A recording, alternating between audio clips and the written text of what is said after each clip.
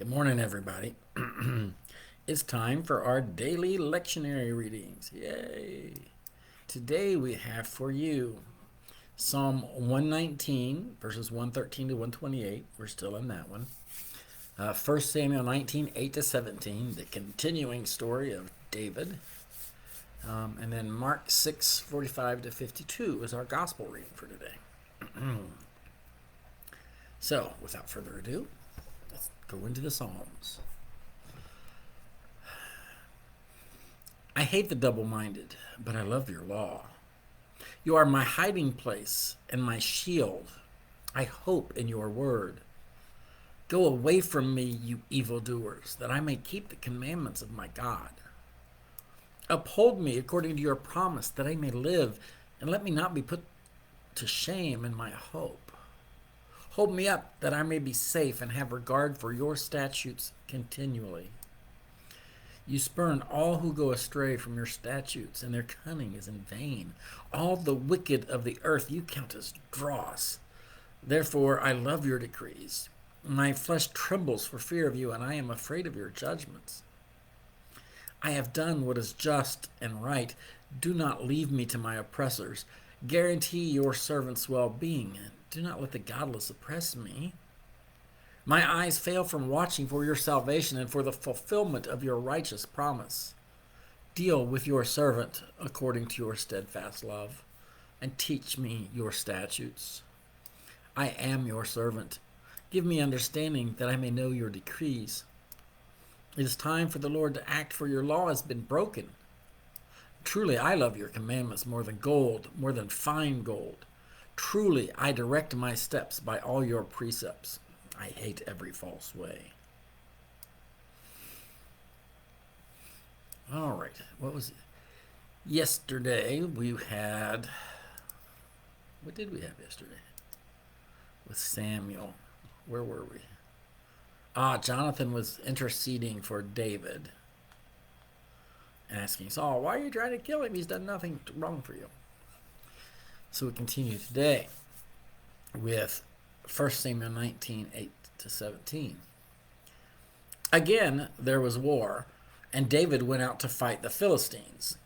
He launched a heavy attack on them so that they fled before him. And then an evil spirit from the Lord came upon Saul as he sat in his house with his spear in his hand while David was playing music. Saul sought to pin David to the wall with a spear, but he eluded Saul so that he struck the spear into the wall. David fled and escaped that night. Now Saul sent messengers to David's house to keep watch over him, planning to kill him in the morning. David's wife Michal told him, if you do not save your life tonight, tomorrow you will be killed. So Michal let David down through the window, and he fled away and escaped. And Michal took an idol and laid it on the bed, and she put a net of goat's hair on his head and covered it with clothes. And when Saul sent messengers to take David, she said, he's sick. And then Saul sent the messengers to see David for themselves. He said, bring him up to me in the bed that I may kill him. And when the messengers came in, the idol was in the bed with the covering of goat's hair on his head. And Saul said to Michal, why have you deceived me like this, and let my enemy go so that he's escaped? And Michal answered Saul, he said to me, let me go. Why should I kill you? Now, Michal, in case you forgot, is Saul's daughter. He's actually the second one that Saul offered to marry his daughter, that he offered to marry to David. The first one, David was like, no, I'm a nobody. I can't be a son-in-law to the king. And Saul sent his daughter to marry someone else. And then later on, is actually as an act of trying to kill David, Saul offered his daughter Michal to David on the dowry price, on the condition that David bring 100 Philistine foreskins.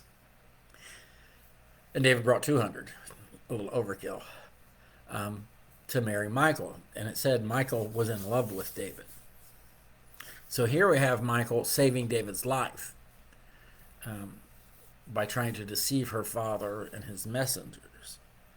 Um, Now, at the end, Michael tells Saul, when Saul asks his daughter, Michael, why have you deceived me and let him go, let him escape? She said, basically, he said he would kill me.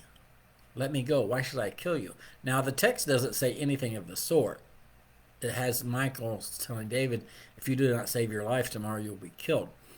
So we can only, the logical assumption here is that Michael was just making up a story to try to pacify Saul. Saying David had threatened her if she didn't help him escape. So it's an interesting story. It must have been a big idol if they thought it was going to do the old pillows under the blanket trick. How many of us did that when we were younger, trying to fool someone? All right, let's go to our New Testament reading. Mark 6:45 to 52. This is just after the feeding of the 5,000. Immediately he made his disciples get into the boat and go on ahead to the other side, to Bethsaida, while he dismissed the crowd. And after saying farewell to them, he went up on the mountain to pray. And when evening came, the boat was out on the sea, and he was alone on the land. And when he saw they were straining at the oars against an adverse wind, he came towards them in the early in the morning, walking on the sea. He intended to pass them by. But when they saw him walking on the sea, they thought it was a ghost and cried out, for they all saw him, and they were terrified. But immediately he spoke to them and said, take heart, it is I, do not be afraid.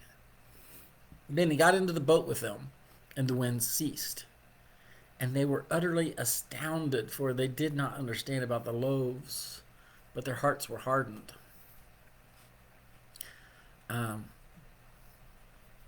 Couple things about this passage that I think are noteworthy, at least in our brief little sessions here. One, I like to point out that Jesus often went off to be by himself, went up on the mountains, went out into the wilderness. He went to pray, to be without distractions, to be alone so he could commune with God, with the Father. I think that's an important lesson. It's important to keep in mind that maybe we need to do the same thing sometimes. We need to get away. We may not have to go up on the mountain, but maybe we need to get away from all the distractions, the focus, so we get focus on our prayer, our communing with our God. And just a quick note, we don't really know what they mean by when they said they did not understand about the loaves, but their hearts were hardened. I mean, we get the loaves. They were astounded. Not only did he walk on the water and make the wind stop, but he had just fed 5,000 people with a couple loaves and fishes. So their heads were swimming. But their hearts were hardened is something that scholars have been debating for centuries what exactly they mean, because it's not really spelled out. That's the same phrasing that was used to talk about Pharaoh when Moses said, let my people go, and God hardened Pharaoh's heart. His heart was hardened. So there's a lot of debate on what that actually means here when it talks about the disciples. You know, were their hearts hardened so they didn't understand that the type of Messiah Jesus was not what they were expecting. Because remember, their expectation was the Messiah would be this military leader, this glorious figure who would rise up, help them rise up and throw off the Roman oppression and become their own independent nation again. So the common perception of Messiah was going to be this great leader who would lead this military conquest on independence. And yet Jesus is the suffering servant who's going around healing and providing comfort to the poor, the marginalized, and the outcasts. And it's not what they were expected. So there's this conflict, and maybe that's what they mean by their hearts were hardened, because they were having trouble accepting that it was not the type of Messiah they were I don't know.